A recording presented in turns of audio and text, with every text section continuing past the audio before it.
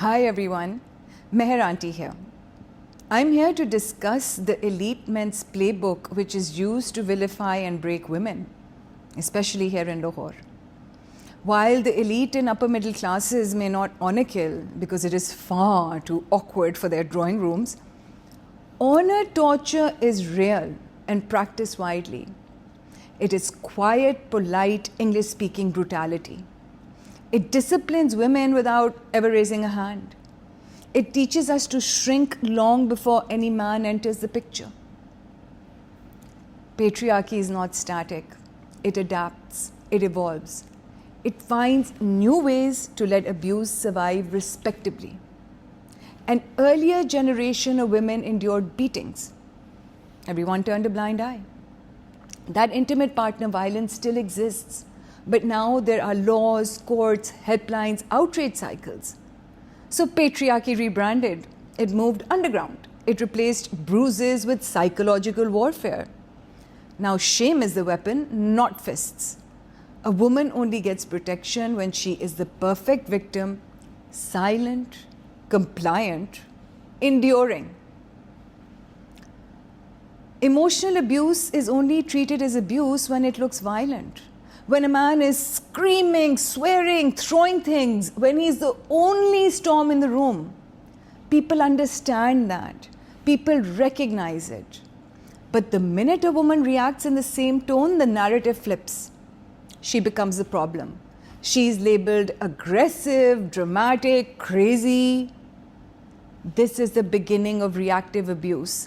And I will expand on that later because it is one of the most sinister shields patriarchy gives men. I saw honor torture clearly when my father died. A moment meant for grief became surveillance. People yelled at me to stop crying. They scolded me for sitting next to his body and grieving too loudly. We're getting upset. Loved ones told me not to get sick because my chronic illness might burden the family. And didn't just tell me, they ordered me and scolded me. Bimar na ho jana abhi. Does anyone say this to men? No, never. Female grief is policed. Male grief is coddled. And my father always said that society and especially your relatives will come to check if you're suffering enough. He understood the psychology perfectly. Honor torture also targets a woman's agency, emotional, financial, intellectual, sexual. The smallest expression of autonomy becomes a scandal. I was 18 when someone told me my tongue piercing would drive away suitable men. As if my piercing was a threat and not the men whose emotional capacity collapses at the sight of a woman who knows herself. How will a man handle you? That sentence is the earliest training module. It teaches girls to fold themselves into something digestible. And when in-laws enter the scene, the testing intensifies. So many women have lived this. The family is nasty from the start. Sometimes not direct enough, but just cold and cutting in a way designed to see if she will shrink. They encourage him to label her crazy. They reward him for painting her as unstable. They never question his lies, his selective honesty, or the way he twists everything into her fault. Every issue becomes a responsibility.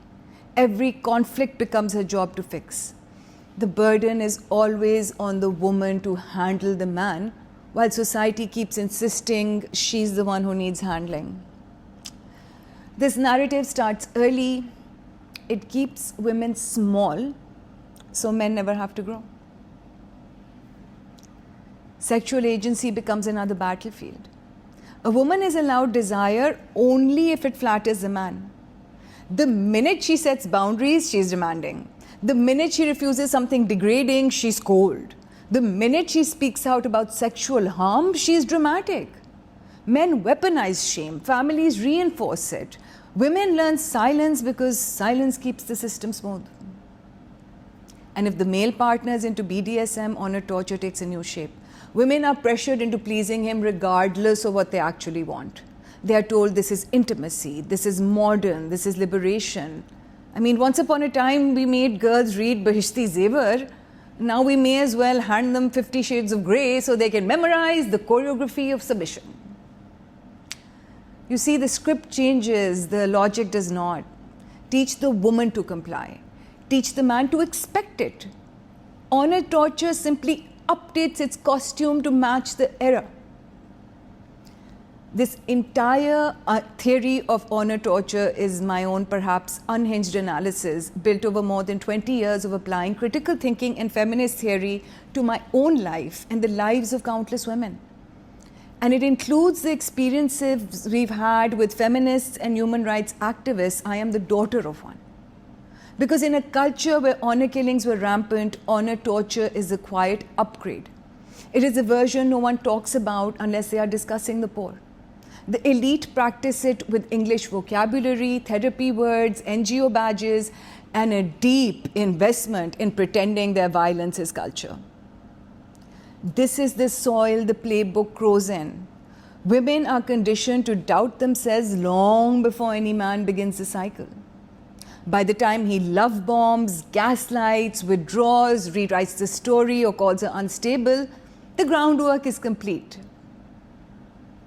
Now we begin.